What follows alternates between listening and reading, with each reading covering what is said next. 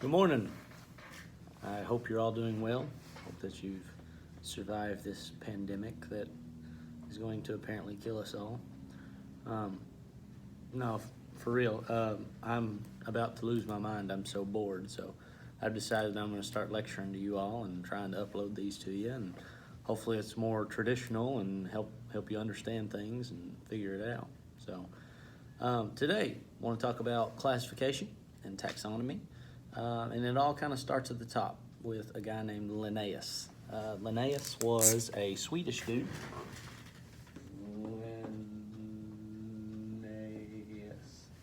Linnaeus.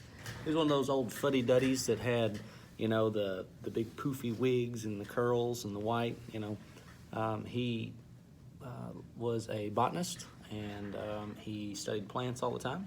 And was like, you know what? We don't ever have any sort of classification system. We don't have a way of saying, oh, well, this is a, whatever, and this is a whatever. We would just all call them all dogs. That's a big dog, and that's a little dog, or that's a brown dog, and that's a black dog. Linnaeus didn't like that. He was like, that's way too complicated. And for instance, there are several other ways that we could do this. Take, for instance, the crawdad. Okay, so maybe I call something a crawdad. Okay. Well, maybe down south they call it a crayfish. Maybe if we go up north, they call it a crawfish. Maybe you go talk to some rednecks and they call it a mud bug.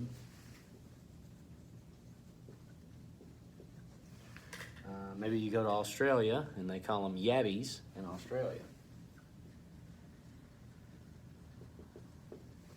See, so we can see how this could be a problem, maybe I'm talking about a crawfish and you've only known it as a yabby your whole life. Well, you're not going to know what in the world I'm talking about. And Linnaeus recognized this. Linnaeus was like, this is a problem. Like, we have a real issue here that we need to solve. So Linnaeus had a very simple system. It was so simple, in fact, that we still use it today. Keep in mind, this is the 1700s. He did all this. We still actually use it today. We've not come up with anything better. It's the best plan that we have. And there's a pretty simple way of learning it, okay? And I'm going to try to help you out today learn that. That's something that we need to be able to remember.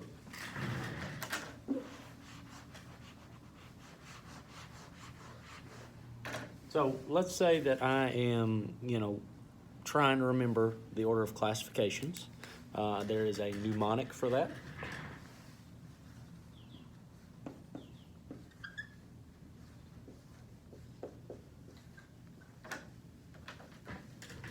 Almost ran out of room there at the bottom. Does King Philip come over for good soup? That's the best way that I can remember it. Now, maybe you come up with something better. Hats off to you, or something. My old classes like to do something PG-13. But I recommend that, you stick to the classics. Does King Philip come over for good soup? That's the easiest way to remember it. If you can remember the first letter, then hopefully you can fill out the rest of it. So the D, we're looking at domain. The K, we're looking at kingdom. P, we're looking at phylum. C is class. O is order. F is family. G is genus. And S is species. Okay. You're probably very familiar with the G and the S, genus and species. That generally stands for, the scientific name that we see. So let's say I'm talking about a wolf. The scientific name for wolf is Canis lupus. So the genus would be Canis. The species would be lupus. Okay, Canis, canine, so it's dog, the dog genus. So pretty cool. We also talk about the animal kingdom all the time.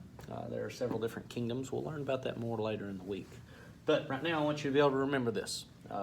So the easiest way, like I said, and I still do this myself. Let's say I'm was gonna teach this to somebody.